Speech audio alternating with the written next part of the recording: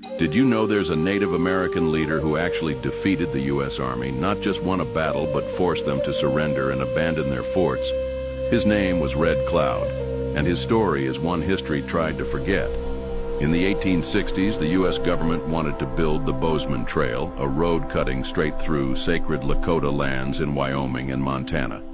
For most Native leaders, this would mean surrender, signing away ancestral territories with a trembling hand.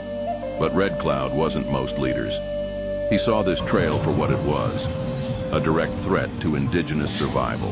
Where others would negotiate, he would fight. And fight he did. Red Cloud united thousands of warriors, Lakota, Cheyenne, Arapaho, into a resistance that would become legendary. For 2 years, he didn't just fight. He outsmarted the U.S. military at every turn. In 1866, he pulled off something unprecedented, Fetterman Massacre. Using brilliant tactical strategy, Red Cloud lured a U.S. military detachment into a perfectly orchestrated trap. 81 soldiers gone in under an hour. It was the U.S. Army's most devastating defeat on the plains until Custer's last stand a decade later. But here's what makes Red Cloud's story truly extraordinary. He won.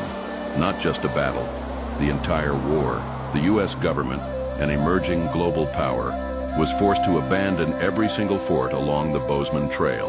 In 1868, they signed a treaty on his terms. Red Cloud became the only Native leader in U.S. history to defeat the Army on the battlefield.